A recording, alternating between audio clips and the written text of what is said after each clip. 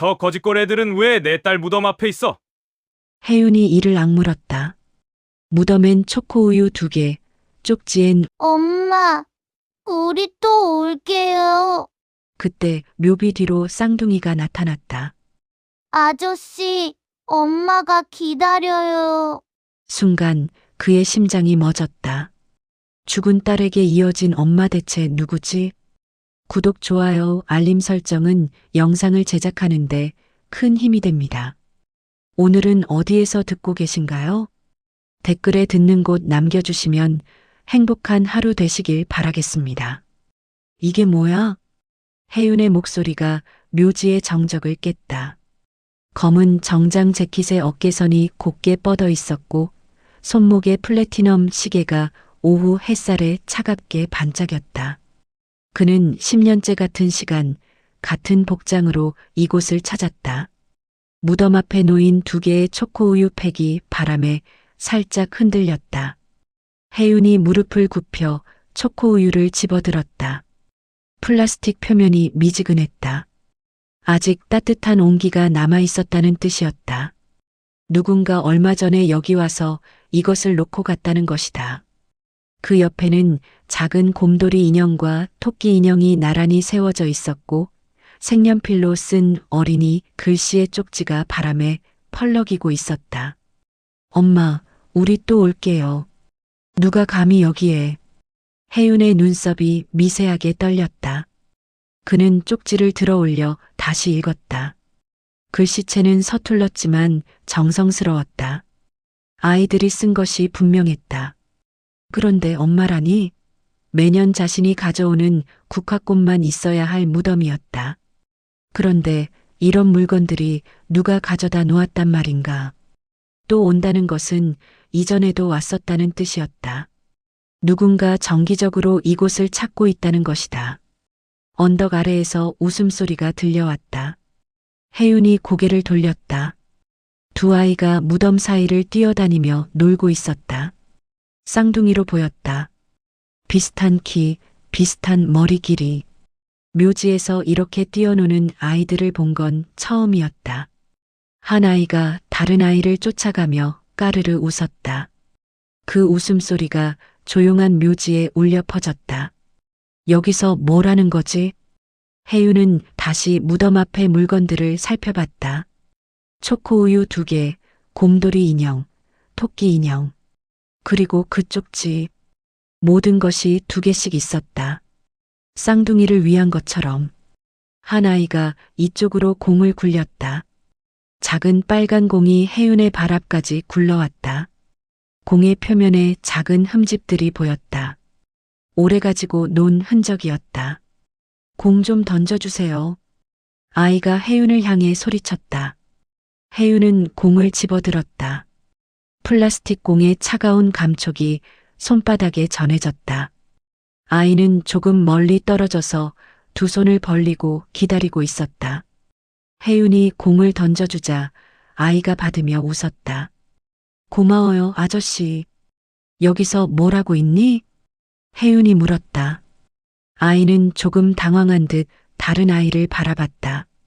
다른 아이가 이쪽으로 뛰어와서 함께 서서 혜윤을 올려다봤다.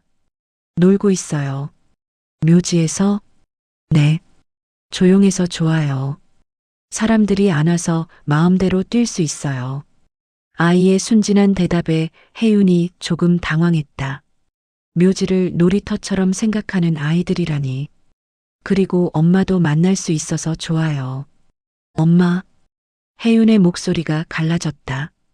아이가 고개를 끄덕이며 수아의 무덤 쪽을 가리켰다. 네. 우리 엄마 저기 계세요.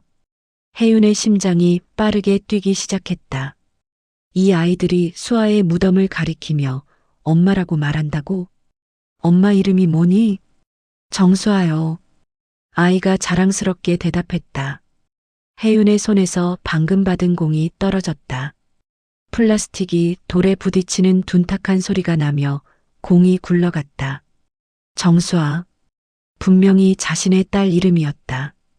그런데 이 아이들이 수아를 엄마라고 부른다는 것은 설마 이 아이들이 수아의 너희 몇 살이니? 혜윤의 목소리가 떨렸다. 7살이요. 우리 쌍둥이예요. 한 아이가 대답하고 다른 아이가 덧붙였다. 같은 날 태어났어요. 7살. 혜윤이 머릿속으로 계산해 봤다. 수아가 죽은 게 4년 전이었다. 그럼 수아가 죽기 3년 전에 이 아이들이 태어났다는 것이다. 수아에게 정말 아이가 있었던 것인가? 바람이 불어와 아이들의 머리카락을 흩날렸다. 그 순간 혜윤은 뭔가 이상한 느낌을 받았다. 아이들의 얼굴에서 익숙한 무언가가 느껴졌다. 눈매의 모양, 코끝의 선이. 아저씨는 누구세요? 아이 중 하나가 물었다. 혜윤은 망설였다. 자신을 뭐라고 소개해야 할까? 그냥 지나가던 사람이야. 아, 그럼 우리처럼 누군가 만나러 온 거예요? 우리처럼? 네, 우리도 엄마 만나러 왔거든요. 아저씨도 여기 누가 계세요? 아이의 순수한 질문에 혜윤이 답할 수 없었다. 여기 누가 있냐고? 바로 이 아이들이 엄마라고 부르는 그 사람이 자신의 딸이라고 말할 수 있을까? 누가 너희를 여기 데려왔니? 다혜 아줌마요. 다혜? 그 이름이 혜윤의 기억을 건드렸다. 어디선가 들었던 이름이었다. 수아의 대학 시절. 혹시 수아의 친구 중에 그런 이름이 있었나? 다혜 아줌마가 누구니? 우리를 돌봐주는 아줌마예요. 엄마가 안 계실 때 우리 지켜주세요. 엄마가 안 계실 때? 아이들이 서로를 바라봤다.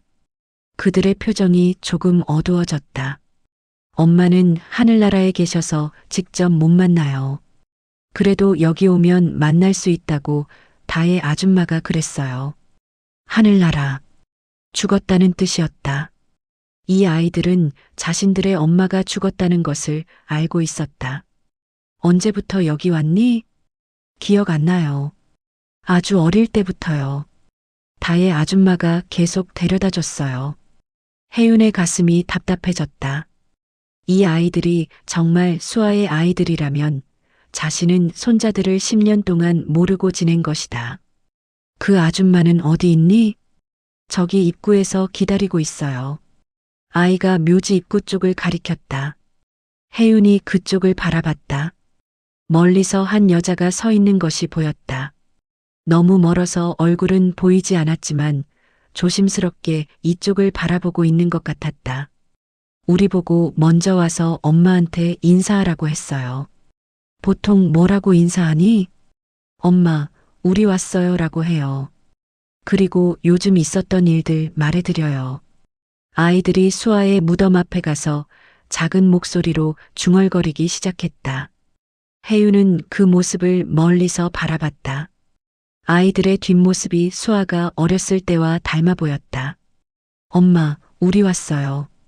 오늘도 건강해요. 한 아이가 말했다. 어제 다혜 아줌마가 맛있는 거 해줬어요. 다른 아이가 덧붙였다. 그들의 대화를 들으며 혜윤의 눈에 눈물이 맺혔다. 이 아이들이 정말 수아의 아이들이라면. 우리 이제 갈게요, 엄마. 다혜 아줌마가 기다려요. 아이들이 다시 혜윤에게 다가왔다. 아저씨, 우리 가요. 다혜 아줌마가 오래 기다리면 안 돼요. 그래, 가거라. 혜윤의 목소리가 쉬었다. 아이들이 혜윤에게 손을 흔들며 뛰어갔다. 작은 발소리가 자갈길에 톡톡 울렸다. 혜윤은 그 자리에 혼자 남았다. 손에는 여전히 아이들이 남긴 쪽지가 들려 있었다. 엄마, 우리 또 올게요. 바람이 불어와 종이가 바스락거렸다. 멀리서 아이들의 웃음소리가 점점 작아져 갔다. 묘지 입구의 그늘에서 한 여자가 서 있었다. 베이지색 카디건을 입은 그녀의 손에는 국화꽃 한 다발이 들려 있었고 아이들이 뛰어오자 자연스럽게 그들의 손을 잡았다. 혜윤은 멀리서 그 모습을 지켜봤다. 다혜 아줌마, 아저씨가 엄마한테 인사하고 있었어요. 아이들의 목소리가 바람에 실려 들려왔다. 다혜라는 여자가 혜윤이 있는 쪽을 바라봤다. 그녀의 시선이 잠깐 머뭇거렸다가 천천히 이쪽으로 걸어오기 시작했다. 혜윤은 수아의 무덤 앞에 그대로 서 있었다. 정장 재킷의 단추를 다시 한번 확인했다. 10년 동안 변하지 않은 습관이었다. 죄송합니다. 여자가 다가와 깊숙이 고개를 숙였다. 그녀의 목소리는 조심스러웠고 국화꽃을 든 손이 미세하게 떨리고 있었다. 아이들이 신뢰를 끼쳤나요? 혜윤이 그녀를 정면으로 바라봤다. 30 초반으로 보이는 나이, 수수한 차림새. 그런데 그 얼굴이 어디선가 본 것 같았다. 당신이 다혜인가? 네. 윤다혜입니다. 수아와는 어떤 사이지? 다혜의 호흡이 잠깐 멈췄다. 그녀는 아이들을 뒤돌아본 후 다시 혜윤을 바라봤다. 수아 언니, 친구였습니다. 언니, 수아를 언니라고 불렀다는 것은 나이가 더 어리다는 뜻이었다. 혜윤의 시선이 날카로워졌다. 친구가 왜 이 아이들을 데리고 다니지? 그건 다혜가 말을 망설였다. 아이들이 그녀의 치마를 잡아당기며 속삭였다. 다혜 아줌마, 우리 엄마 얘기해도 돼요? 조용히 해, 수진아. 다혜가 아이를 달랬다. 수진이라는 이름. 혜윤이 그 이름을 기억했다. 이 아이들 이름이 뭐지? 정수진, 정수호입니다. 정씨 성을 가지고 있었다. 혜윤의 성과 같았다. 우연일까? 아버지는? 다혜의 얼굴이 창백해졌다. 그녀는 아이들의 머리를 쓰다듬으며 대답을 피했다. 그건 나중에, 지금 말해. 혜윤의 목소리에 권위가 실렸다. 다혜가 움찔했다. 수진아, 수호야. 잠깐 저기서 놀고 있어. 다혜가 아이들을 다른 곳으로 보냈다. 아이들이 멀어진 후 그녀가 조용히 입을 열었다. 수아 언니가 아이들을 제게 맡겼습니다. 맡겼다고? 네. 언니가 돌아가시기 전에. 혜윤의 주먹이 저절로 쥐어졌다. 수아가 죽기 전에 이 여자에게 아이들을 맡겼다는 말인가? 그럼 수아는 자신이 죽을 것을 예상하고 있었다는 뜻이었다. 왜 지금까지 말하지 않았지? 아버님께서 수아 언니와 인연을 끊으셨다고 들었습니다. 그 말이 혜윤의 가슴을 찔렀다. 맞다. 자신이 먼저 수아와의 인연을 끊었다. 딸의 결혼을 반대하며 집에서 내쫓았다. 그래서 혼자 키웠다는 건가? 네. 다혜의 목소리가 더 작아졌다. 혜윤은 그녀의 차림새를 다시 살펴봤다. 카디건의 소매가 약간 해져 있었고 신발도 오래 신은 것 같았다. 경제적으로 넉넉하지 않은 상황이 보였다. 왜 그런 부담을 졌지?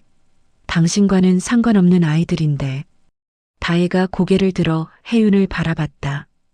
그녀의 눈에 눈물이 맺혀 있었다. 상관없는 아이들이 아닙니다. 무슨 뜻이야? 수아 언니는 제게 가족이었습니다. 가족. 그 단어가 혜윤에게 묘한 감정을 불러일으켰다. 자신은 친딸과도 인연을 끊었는데 이 여자는 친구의 아이들을 가족처럼 돌보고 있다는 것이었다. 바람이 불어와 다혜의 머리카락을 흩날렸다. 그 순간 혜윤은 그녀의 얼굴에서 뭔가 익숙한 것을 느꼈다. 수아의 대학 시절 사진에서 본 얼굴이었다. 혹시 수아 대학교 동기인가? 네. 같은 과였습니다.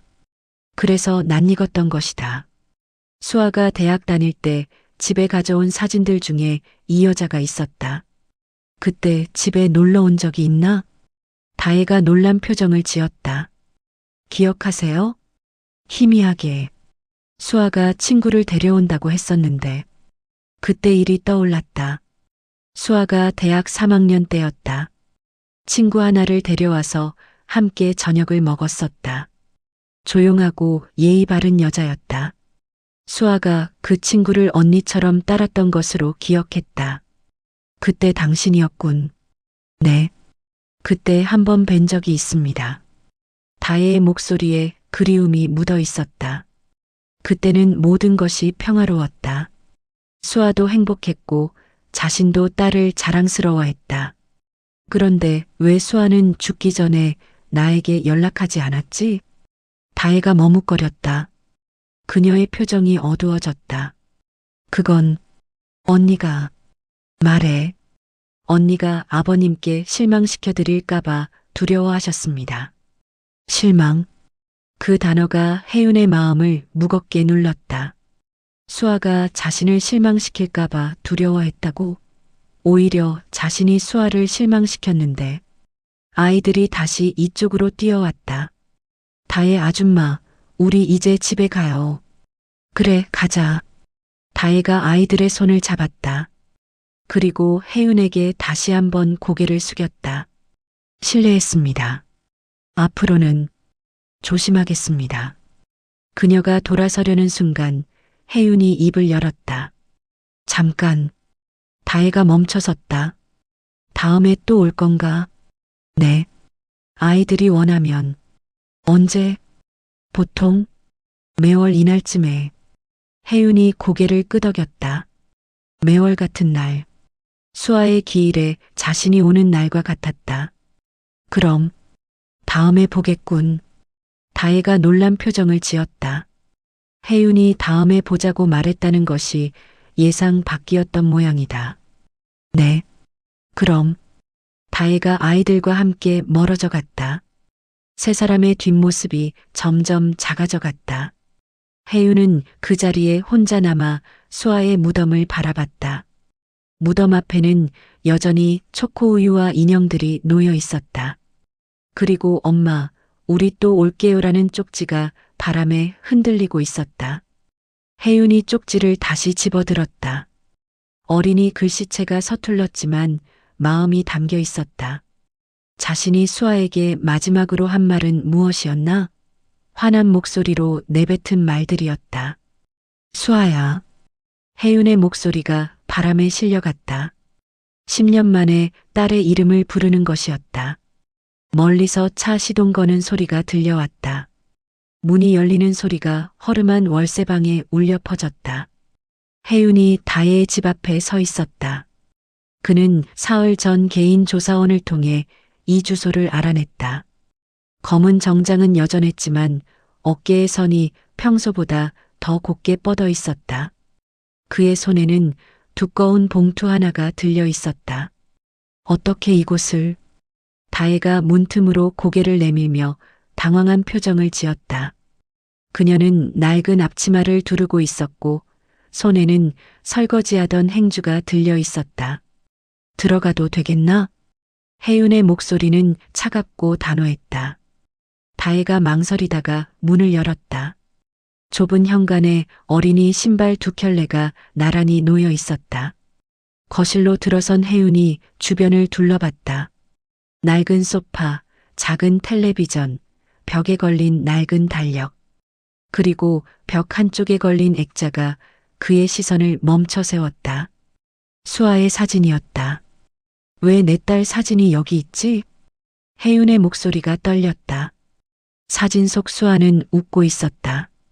대학생 때의 모습이었다. 그건 언니가 남긴 거예요. 남겼다고? 혜윤이 사진에 더 가까이 다가갔다. 수아의 웃는 얼굴이 자신을 바라보고 있는 것 같았다. 그 옆에는 다혜와 함께 찍은 사진도 걸려 있었다. 언니가 돌아가시기 전에 아이들이 엄마 얼굴을 기억할 수 있도록 해달라고 하셨어요. 다혜의 목소리가 작아졌다. 혜윤은 사진을 바라보다가 손에 든 봉투를 탁자 위에 던졌다. 봉투에서 서류들이 흘러나왔다. 이걸 설명해봐. 다혜가 서류를 살펴봤다. 보험금 지급 확인서였다.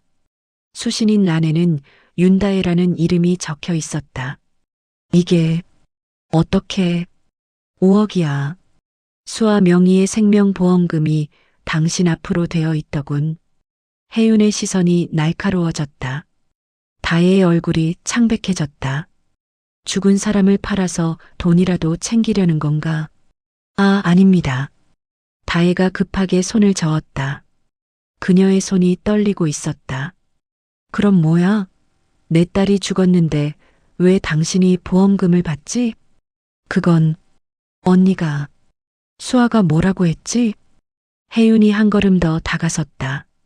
다혜가 뒤로 물러섰다. 언니가 아이들을 위해 남긴 거라고. 아이들? 혜윤의 눈빛이 더욱 차갑게 변했다. 아이들 위해서라면 왜 당신 명의로 했지? 아이들 명의로 하지? 다혜가 대답하지 못했다. 그녀는 서류를 바라보며 입술을 깨물었다. 당신이 그 돈을 써버린 건 아니겠지? 아닙니다. 전 한 푼도 안 썼어요. 다혜가 급하게 부엌으로 뛰어갔다. 그리고 냉장고 위 상자를 가져왔다. 상자 안에는 통장과 현금이 들어 있었다. 다 여기 있어요. 아이들 교육비랑 생활비만 조금씩 쓰고 나머지는 다 모아뒀어요. 혜윤이 통장을 펼쳐봤다. 정말로 큰 돈이 그대로 있었다. 대신 조금씩 빠져나간 내역들이 보였다. 분유가, 기저귀가, 병원비. 그럼 당신은 뭘로 살았지? 제가 일해서 벌었어요. 무슨 일? 편의점 알바, 청소, 여러 가지요. 혜윤이 다혜의 손을 봤다. 거칠고 상처가 많은 손이었다. 일하느라 고생한 흔적이 역력했다. 그때 현관문이 열리는 소리가 들렸다. 다혜 아줌마, 우리 왔어요. 아이들의 목소리였다. 혜윤과 다혜 모두 현관 쪽을 바라봤다. 수진과 수호가 뛰어들어왔다. 아저씨. 수진이 혜윤을 보고 반가워했다. 묘지에서 본 아저씨네. 수호도 혜윤에게 다가왔다. 그런데 아이들의 표정이 금세 어두워졌다. 거실의 분위기가 심상치 않다는 것을 느낀 모양이었다. 다혜 아줌마, 왜 그래요? 수진이 다혜의 치마를 잡아당겼다. 다혜의 눈에 눈물이 맺혀 있었다. 아무것도 아니야. 아저씨가 잠깐 오셨어. 다혜가 아이들을 달랬다. 하지만 아이들은 뭔가 이상하다는 것을 알고 있었다. 아저씨, 다혜 아줌마 울리셨어요? 수호가 혜윤에게 물었다. 그 순수한 질문에 혜윤이 당황했다. 아니, 그게 아니야. 그럼 왜 아줌마가 울어요? 혜윤이 대답하지 못했다. 아이들의 눈빛이 자신을 비난하고 있는 것 같았다. 아저씨는 나쁜 사람이에요? 수진의 질문이 혜윤의 가슴을 찔렀다. 아이의 눈에 자신이 나쁜 사람으로 보인다는 것이었다. 수진아, 그런 말하면 안 돼. 다혜가 아이를 말렸다. 하지만 다혜 아줌마를 울린 사람은 나쁜 사람이라고 했잖아요. 아이의 논리 앞에 혜윤이 할 말을 잃었다. 정말로 자신이 다혜를 울게 만든 나쁜 사람이었다. 혜윤이 서류들을 다시 봉투에 담았다. 그의 손이 미세하게 떨리고 있었다. 아이들이 있으니 오늘은 이만 가겠소. 네. 다혜가 고개를 끄덕였다. 혜윤이 현관으로 향했다. 아저씨. 수호가 뒤에서 불렀다. 혜윤이 돌아봤다. 다음에 올 때는 다혜 아줌마 안 울리고 와요. 그 말에 혜윤의 발걸음이 멈췄다. 아이는 자신이 다시 올 것이라고 생각하고 있었다. 그래, 약속한다. 혜윤이 작게 대답했다. 그리고 문을 열고 나갔다. 복도에 선 혜윤이 문 너머로 들려오는 소리를 들었다. 다혜 아줌마, 아저씨 좋은 사람 맞죠? 응, 좋은 사람일 거야.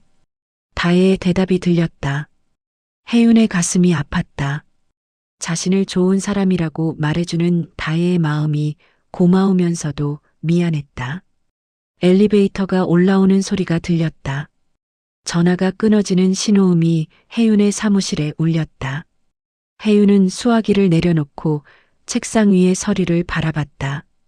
최 비서가 방금 전해준 조사 결과였다. DNA 친자 확인 불일치라는 글자가 선명하게 적혀 있었다. 그의 손가락이 서류의 모서리를 천천히 따라갔다. 회장님, 들어가겠습니다. 최 비서가 문을 두드리며 들어왔다. 그는 또 다른 봉투를 들고 있었다. 추가로 조사한 내용입니다. 최 비서가 책상 위에 봉투를 놓았다. 혜윤이 봉투를 열어보니 병원 기록들이 들어 있었다. 이건 뭔가? 10년 전 수아 양의 사망 당시 병원 기록입니다. 혜윤이 서류를 하나씩 넘겨봤다.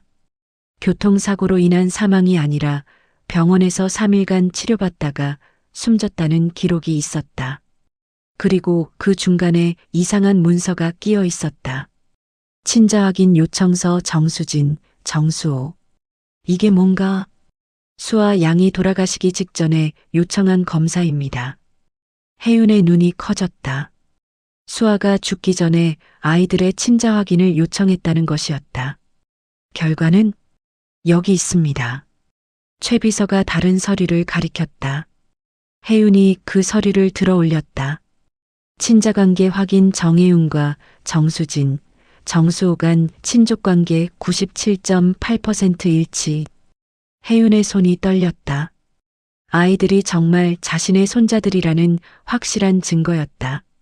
그럼 수아가 나를 아버지로 확인해달라고 했다는 건가? 그런 것 같습니다. 혜윤이 다른 서류들을 뒤적였다. 수아의 의료 기록, 치료 경과, 마지막 며칠간의 상태 등이 상세히 기록되어 있었다. 수아는 어떻게 죽었지? 교통사고 후유증으로 인한 뇌출혈이었습니다. 3일간 의식을 회복하지 못하다가 최 비서의 말이 끝나기 전에 혜윤이 다른 서류를 발견했다. 수아가 직접 쓴 것으로 보이는 편지였다. 아버지께 죄송합니다. 아이들만은 미움받지 않게 해주세요. 짧은 글이었지만 혜윤의 가슴을 찔렀다. 수아가 죽기 전까지 자신을 걱정하고 있었다는 것이었다. 이 편지는 어디서 나온 건가? 병원에서 간호사에게 맡겼다고 합니다. 윤다혜 씨에게 전해달라고 했다는데. 혜윤이 고개를 끄덕였다. 수아가 다혜에게 아이들을 맡긴 이유가 이제야 이해됐다. 다혜는 이 사실을 알고 있나? 네, 아마도. 혜윤이 책상에 기대어 앉았다. 지난 며칠간의 일들이 새로운 의미로 다가왔다. 다혜가 보험금을 받은 것도, 아이들을 혼자 키운 것도 모두 수아의 유언 때문이었다. 그럼 내가 다혜를 오해한 건가? 최 비서가 대답하지 않았다. 그는 혜윤의 표정을 살폈다. 회장님, 어떻게 하시겠습니까? 혜윤이 창밖을 바라봤다. 도시의 빌딩들이 저녁 햇살에 반짝이고 있었다. 10년 동안 자신이 얼마나 많은 것을 놓쳤는지 깨닫고 있었다. 아이들을 만나야겠군. 네, 내 손자들이야. 만나야지. 최 비서의 표정이 조금 밝아졌다. 좋은 결정이신 것 같습니다. 혜윤이 서류들을 다시 정리했다. 수아의 편지를 마지막에 다시 읽어봤다. 아버지께 죄송합니다. 수아야, 미안해해야 할 사람은 나야. 혜윤의 목소리가 사무실에 작게 울렸다. 회장님? 아니야. 혼잣말이었어. 혜윤이 일어서서 창가로 걸어갔다. 저 멀리 보이는 산 너머에 수아의 묘지가 있었다.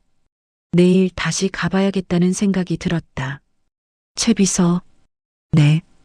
다혜 씨 연락처 알아? 네, 여기 있습니다. 최 비서가 명함을 건넸다. 혜윤이 명함을 받아들었다. 내일, 아니 오늘 저녁에 만날 수 있을까? 연락해 보겠습니다. 혜윤이 고개를 끄덕였다. 그리고 다시 서류들을 바라봤다. 특히 DNA 검사 결과와 수아의 편지를 확인도 안 하고 나는 그냥 믿었지. 혜윤이 혼잣말을 중얼거렸다. 10년 동안 수아가 자신을 배신했다고 생각했었다. 하지만 진실은 정반대였다. 회장님, 혹시 괜찮으시다면. 최 비서가 말을 망설였다. 뭔가 아이들 친자 검사를 다시 한번 해보시는 게 어떨까요? 더 정확한 결과를 위해서. 혜윤이 고개를 저었다. 그럴 필요 없어. 네. 눈이 말하고 있으니까. 혜윤이 창밖을 바라보며 말했다. 처음 묘지에서 본 아이들의 얼굴이 떠올랐다. 수아를 닮은 눈, 자신을 닮은 코끝. 수아의 아이들이야. 확실해. 최 비서가 고개를 끄덕였다. 그럼 다혜 씨에게 연락드리겠습니다. 응. 부탁한다. 혜윤이 다시 책상으로 돌아와 앉았다.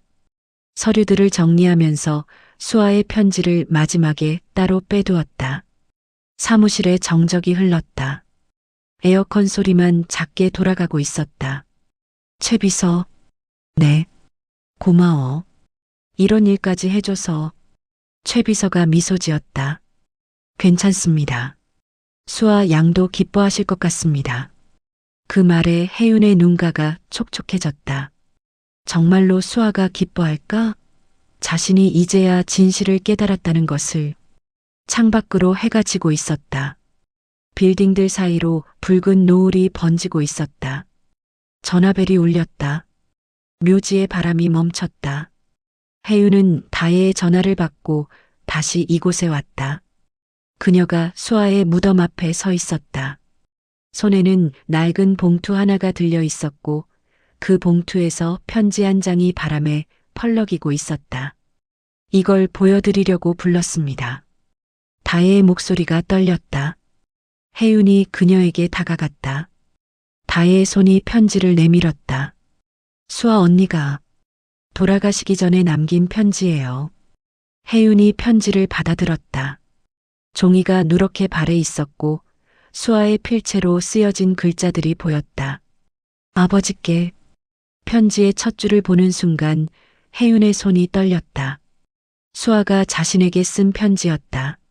아버지, 저는 제 아이들이 미움받지 않기를 바랍니다. 다혜가 그 아이들을 지켜줄 거예요. 아버지의 자존심을 상하게 해서 죄송합니다. 하지만 저는 제 선택을 후회하지 않습니다. 아이들만은 사랑해주세요. 편지를 읽는 동안 혜윤의 눈에 눈물이 맺혔다. 수아가 죽기 전까지 자신을 걱정하고 있었다는 것이, 그리고 아이들을 부탁하고 있었다는 것이 가슴을 찔렀다. 언제부터 이 편지를 가지고 있었지? 언니가 돌아가신 후 10년 동안요. 왜 지금까지 보여주지 않았나? 다혜가 고개를 숙였다. 아버님께서 수아 언니의 장례식에도 오지 않으셨잖아요. 그래서 이 편지를 드려도 소용없을 거라고 생각했어요. 혜윤이 편지를 다시 읽었다. 수아의 글씨가 중간중간 번져 있었다. 눈물로 번진 것 같았다. 수아가 울면서 썼구나. 네. 언니가 마지막 며칠 동안 계속 아버님 걱정을 하셨어요. 혜윤의 가슴이 답답해졌다. 자신은 수아를 원망하고 있었는데 수아는 죽는 순간까지 자신을 걱정하고 있었다는 것이었다. 내가 얼마나 큰 실수를 했는지 이제야 알겠군. 혜윤의 목소리가 쉬었다. 다혜가 조심스럽게 말했다. 언니는 아버님을 정말 사랑했어요. 결혼할 때도 아버님의 반대 때문에 얼마나 힘들어했는지. 그런데 왜 나에게 말하지 않았지? 아이들이 있다는 걸. 언니가 아버님께서 더 실망하실까봐 두려워하셨어요. 혜윤이 편지를 가슴에 안았다. 수아의 체온이 아직 남아있는 것 같았다. 수아야, 미안하다. 혜윤의 눈에서 눈물이 떨어졌다. 10년 동안 참았던 눈물이었다. 아버님. 다혜가 혜윤의 어깨에 손을 올렸다. 언니는 아버님이 언젠가는 이해해 주실 거라고 믿었어요. 이해? 내가 뭘 이해했나? 혜윤이 자조적으로 웃었다. 10년 동안 내 손자들이 어디 있는지도 몰랐는데. 하지만 이제는 아시잖아요. 다혜의 목소리에 희망이 묻어 있었다. 아이들, 만나시겠어요? 혜윤이 다혜를 바라봤다. 그녀의 눈에는 간절함이 들어 있었다.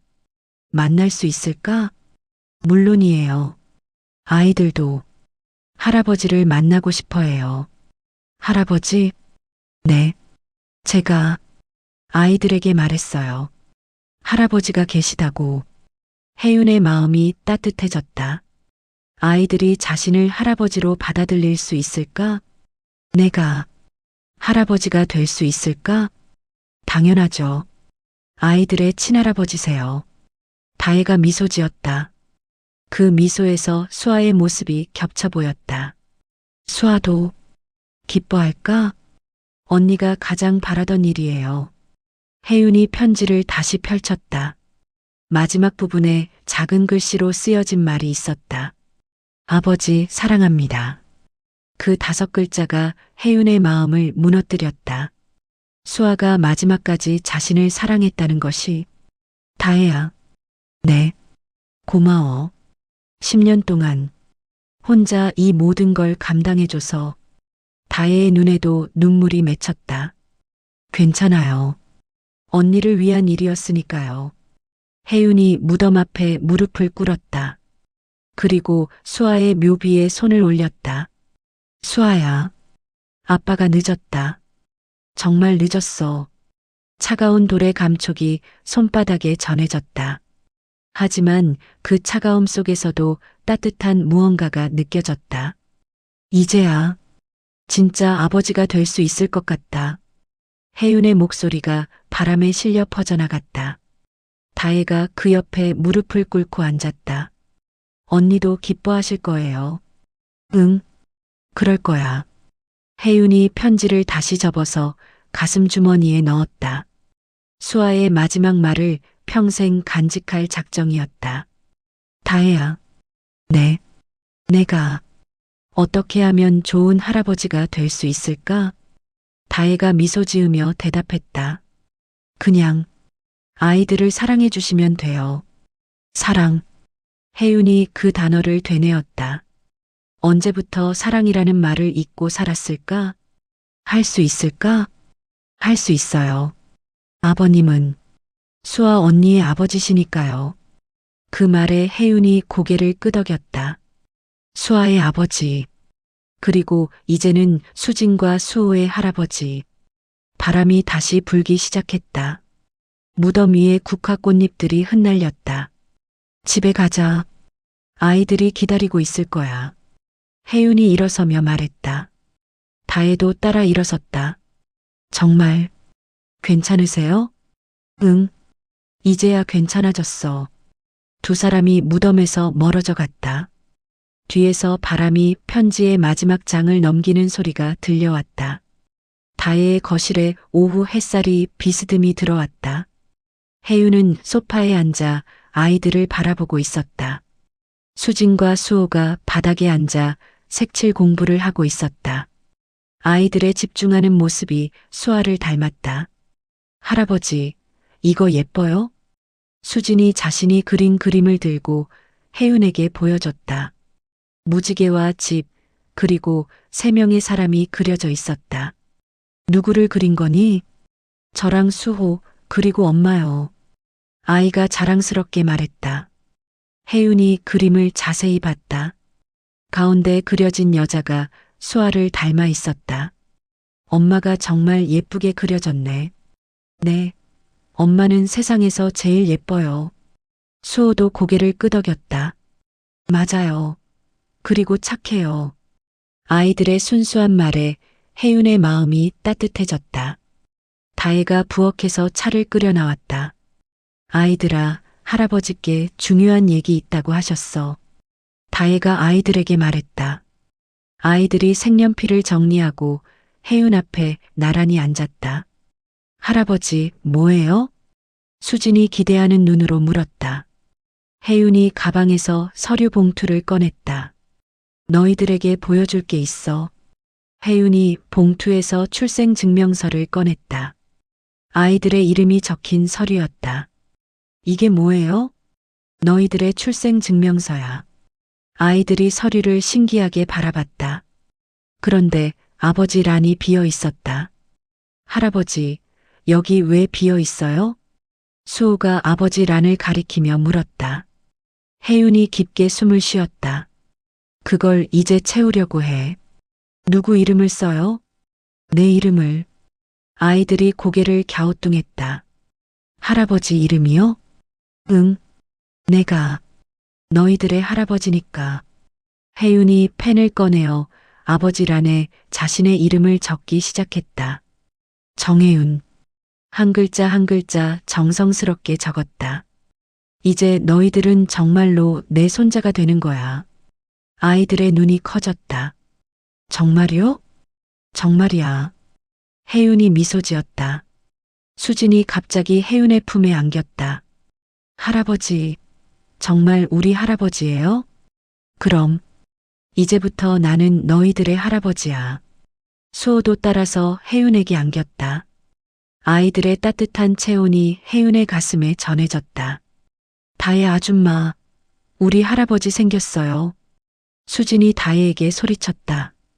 다혜의 눈에 눈물이 맺혔다. 그래, 정말 좋은 할아버지를 만났구나. 혜윤이 아이들의 머리를 쓰다듬었다. 수아의 머리카락과 같은 감촉이었다. 할아버지, 이제 우리 성도 바뀌는 거예요? 수호가 물었다. 혜윤이 고개를 끄덕였다. 너희들은 이미 정씨야. 정수진, 정수호.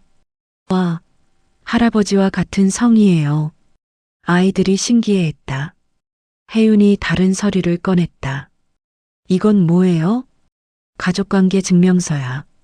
이제 너희들이 내 정식 손자라는 걸 증명하는 서류지. 아이들이 서류를 들여다봤다.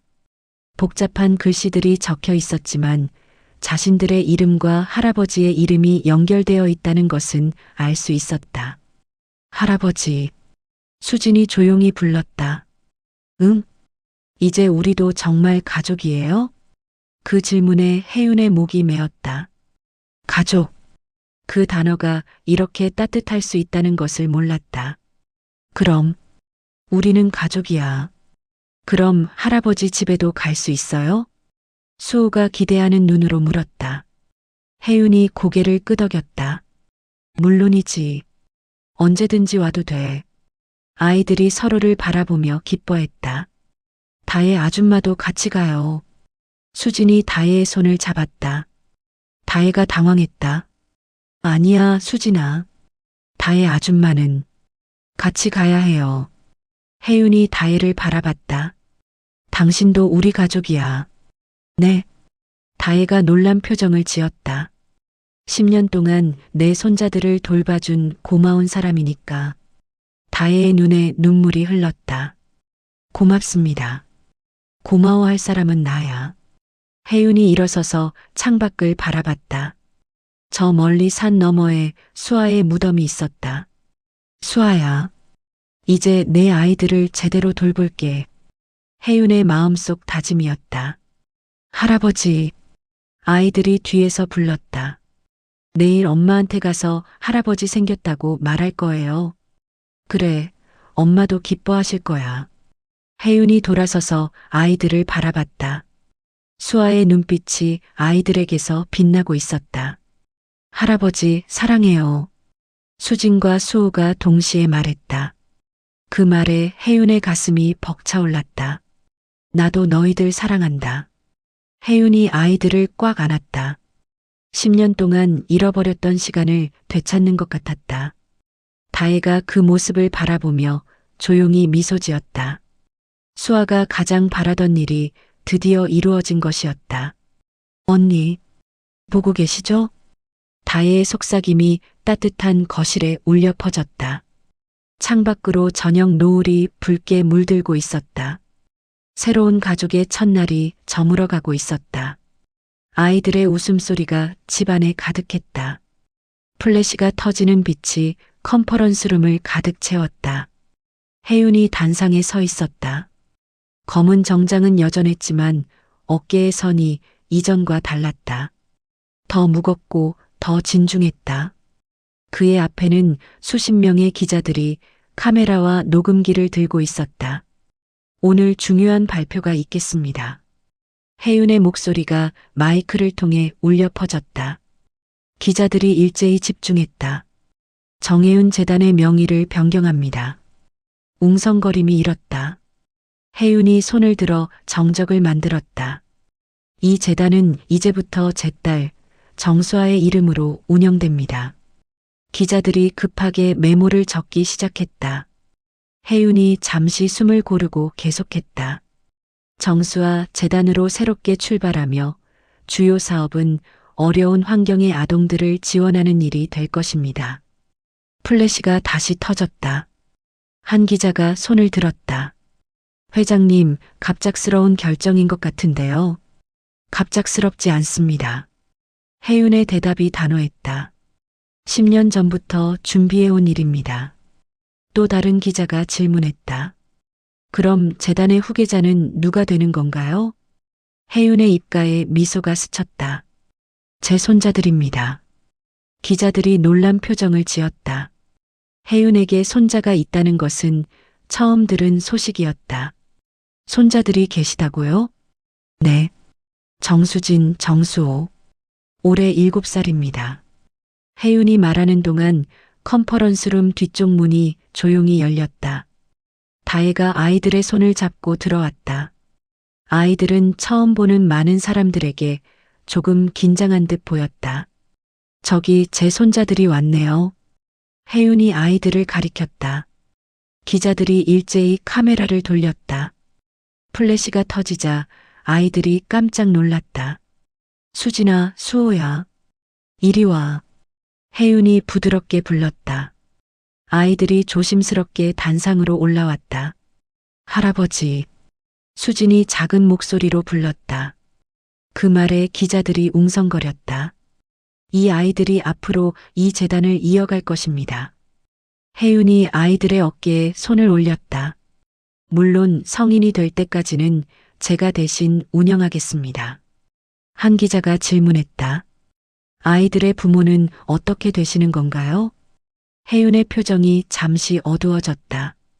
제 딸 수아는 4년 전에 세상을 떠났습니다. 기자들이 조용해졌다. 그동안 이 아이들은 수아의 친구인 윤다혜 씨가 돌봐주었습니다. 혜윤이 다혜를 가리켰다. 다혜가 어색하게 고개를 숙였다. 다혜 씨 없었다면 이 아이들을 만날 수 없었을 것입니다. 혜윤의 목소리에 감사가 묻어 있었다. 앞으로 이 재단은 다혜 씨와 함께 운영할 예정입니다. 다혜가 놀란 표정을 지었다. 이런 얘기는 처음 듣는 것이었다. 회장님, 재단의 규모는 어느 정도인가요? 현재 1천억 원 규모입니다. 앞으로 더 확대할 계획입니다. 기자들이 휘파람을 불었다. 1천억 원이면 상당한 규모였다. 주요 사업 분야는 무엇인가요? 고아원 지원, 어려운 가정의 아동 교육비 지원, 그리고 혜윤이 아이들을 바라봤다. 사랑을 잃은 아이들에게 새로운 가족을 찾아주는 일입니다. 그 말에 수진이 혜윤의 손을 꽉 잡았다. 할아버지, 우리도 도와줄 수 있어요? 물론이지. 너희들이 이 재단의 주인이니까. 수호도 고개를 끄덕였다. 우리 열심히 할게요. 아이들의 순수한 말에 기자들이 미소를 지었다. 마지막 질문 하나만 더. 한 기자가 손을 들었다. 왜 지금 이런 결정을 하신 건가요? 혜윤이 잠시 생각했다. 그리고 천천히 입을 열었다. 진정한 부가 무엇인지 깨달았기 때문입니다. 진정한 부요? 돈이 아니라 가족입니다. 사랑입니다. 혜윤이 아이들을 바라보며 말했다. 이 아이들이 제게 그것을 가르쳐 주었습니다. 기자회견이 끝나고 사람들이 하나둘 나가기 시작했다. 혜윤과 아이들, 다혜만 남았다. 할아버지, 우리 정말 잘했어요? 수진이 물었다. 최고였어. 혜윤이 아이를 안아 올렸다. 다혜야. 네. 미안해. 미리 얘기 안 하고. 다혜가 고개를 저었다. 괜찮아요. 수아 언니도 기뻐하실 거예요. 그럴까? 네. 언니가 가장 바라던 일이에요. 혜윤이 창밖을 바라봤다. 저 멀리 산 너머에 수아가 있었다. 수아야. 이제 내 아이들이 행복해질 거야. 컨퍼런스룸에 따뜻한 햇살이 스며들었다. 저녁 노을이 묘지를 붉게 물들이고 있었다. 혜윤은 수아의 무덤 앞에 앉아 있었다. 검은 정장 대신 편안한 회색 스웨터를 입고 있었고 그의 양옆에는 수진과 수호가 나란히 앉아 있었다. 조금 떨어진 곳에서 다혜가 새로 가져온 국화꽃을 정리하고 있었다. 흰 국화의 향기가 저녁 공기에 은은하게 퍼져 있었다. 엄마, 우리 왔어요. 수진이 묘비에 손을 올리며 말했다. 작은 손의 온기가 차가운 돌에 전해졌다. 혜윤은 그 모습을 바라보며 10년 전 자신이 처음 이곳에 왔을 때를 떠올렸다. 그때는 이렇게 따뜻한 장면을 상상할 수도 없었다. 할아버지도 같이 왔어요. 수호가 덧붙이며 혜윤의 어깨에 기대어 앉았다. 아이의 체온이 스웨터를 통해 전해져 왔다. 혜윤이 묘비를 바라봤다. 정수아라는 이름이 석양에 물들어 있었다. 글자 하나하나가 붉은 빛 속에서 살아 움직이는 것 같았다. 수아야, 아빠가 왔다. 혜윤의 목소리가 작게 울렸다. 바람이 불어와 국화꽃잎들을 흩날렸다. 꽃잎이 공중에서 춤을 추며 떨어졌다. 늦었지만 이제야 제대로 된 아버지가 될 것 같아. 수진이 혜윤의 손을 잡았다. 작고 따뜻한 손이었다. 할아버지, 엄마가 들으시는 거 맞죠? 그럼 엄마는 항상 너희들을 지켜보고 계셔. 혜윤이 아이의 손을 살짝 쥐었다. 수아도 어렸을 때 이렇게 자신의 손을 잡곤 했었다. 그럼 할아버지랑 우리가 같이 있는 것도 보고 계세요? 수호가 궁금한 표정으로 물었다. 당연하지. 엄마가 가장 보고 싶어 하셨던 모습이야. 혜윤이 아이의 머리를 쓰다듬었다. 부드러운 머리카락이 손끝에서 실크처럼 느껴졌다. 다혜가 국화꽃을 묘비 앞에 정성스럽게 놓았다. 흰 국화가 붉은 노을과 대비되어 더욱 선명해 보였다. 그녀의 손길이 10년 동안의 그리움을 담고 있는 것 같았다. 수아 언니, 보고 계시죠? 다혜가 조용히 중얼거렸다. 그녀의 목소리에는 안도감이 묻어 있었다. 언니가 가장 바라던 일이 이루어졌어요. 혜윤이 가슴에서 편지 한 장을 꺼냈다. 수아가 남긴 마지막 편지였다. 종이가 바람에 살짝 흔들렸고 바래진 잉크 자국들이 석양빛에 더욱 선명해 보였다. 수아야, 내 편지 읽었어. 혜윤의 목소리가 떨렸다. 편지의 모서리를 조심스럽게 만지작거렸다. 미안하다고 쓰지 말았어야 했는데 미안해해야 할 사람은 나였어. 아이들이 혜윤을 올려다봤다. 할아버지의 눈가가 촉촉해져 있었지만 그 표정은 평안해 보였다. 할아버지, 괜찮아요? 수진이 걱정스러운 목소리로 물었다. 응, 괜찮아. 정말 괜찮아. 혜윤이 진심으로 미소 지었다. 오랜만에 마음이 이렇게 편안한 것을 느꼈다. 가슴속 무거운 돌덩이가 사라진 것 같았다. 할아버지, 수진이 다시 불렀다. 응? 우리 엄마 자랑스러워 하실까요? 그 질문에 혜윤의 마음이 따뜻해졌다. 당연하지. 너희들이 이렇게 착하고 예쁘게 자란 걸 보시면 얼마나 자랑스러우시겠어. 할아버지도 자랑스러워요? 수호가 기대하는 눈빛으로 물었다. 그럼 세상에서 가장 자랑스러운 손자들이야. 아이들이 기뻐하며 혜윤에게 더 가까이 붙었다. 작은 몸의 온기가 혜윤의 양쪽 팔에 전해졌다. 해가 서서히 지고 있었다. 하늘이 주황색에서 분홍색, 그리고 보라색으로 변해가고 있었다. 구름들이 물감을 풀어놓은 것처럼 곱게 물들어 있었다. 바람이 다시 불어왔다. 이번에는 따뜻한 바람이었다. 국화꽃잎들이 공중에서 춤을 추며 흩어졌다. 꽃잎 하나가 수호의 머리 위에 살짝 내려앉았다. 다혜야. 혜윤이 다혜를 불렀다. 네, 고마워. 정말 고마워. 혜윤의 목소리에 진심이 담겨 있었다. 저야말로 고맙습니다. 다혜의 눈에 눈물이 맺혔다. 10년 동안의 외로움과 걱정이 모두 녹아내리는 것 같았다. 이제 우리 모두 가족이니까 서로 고맙다는 말은 그만하자. 혜윤이 웃으며 말했다. 그 웃음에는 따뜻함이 가득했다.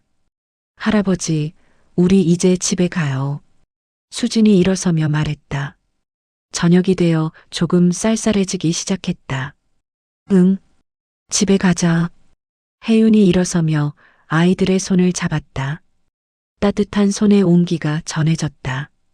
왼손에는 수진, 오른손에는 수호의 손이 포근하게 들어와 있었다. 수아야, 우리 집에 갈게. 내 아이들과 함께. 혜윤이 무덤을 향해 마지막 인사를 했다. 그의 목소리에는 더 이상 후회나 슬픔이 아닌 감사와 사랑이 담겨 있었다. 네 사람이 무덤에서 천천히 멀어져 갔다. 수진과 수호가 혜윤의 양손을 잡고 다혜가 그 뒤를 따랐다. 작은 가족의 그림자가 저녁 노을에 길게 늘어져 있었다. 그림자들이 서로 겹치며 하나의 큰 형태를 만들어내고 있었다. 무덤 위로 마지막 바람이 불어갔다. 국화꽃잎 하나가 공중에서 천천히 떨어져 묘비 위에 내려앉았다. 하얀 꽃잎이 검은 돌 위에서 마치 수아의 미소처럼 환하게 빛났다. 멀리서 종소리가 들려왔다. 저녁을 알리는 평화로운 종소리였다. 그 소리가 묘지 전체에 울려 퍼지며 모든 것을 포근하게 감쌌다. 모든 것이 조용했다. 하지만 그 조용함 속에는 따뜻함이 있었다. 10년 동안 차가웠던 이 공간에 다시 온기가 돌아온 것이었다. 혜윤의 목소리가 바람에 실려 울려 퍼졌다. 이제야 용서받을 수 있겠구나. 하늘이 어둠 속으로 천천히 잠겨갔다. 첫 번째 별이 하늘의 모습을 드러냈다. 그리고 두 번째, 세 번째 별들이 차례로 나타났다. 수아도 그 별들 중 하나가 되어 가족을 지켜보고 있을 것이었다. 종소리가 점점 작아져 갔다. 마지막 여운이 공기 중에서 사라지자 모든 것이 고요해졌다. 평온한 정적이 묘지를 감쌌다. 그 정적 속에서 새로운 시작의 온기가 천천히 퍼져나가고 있었다.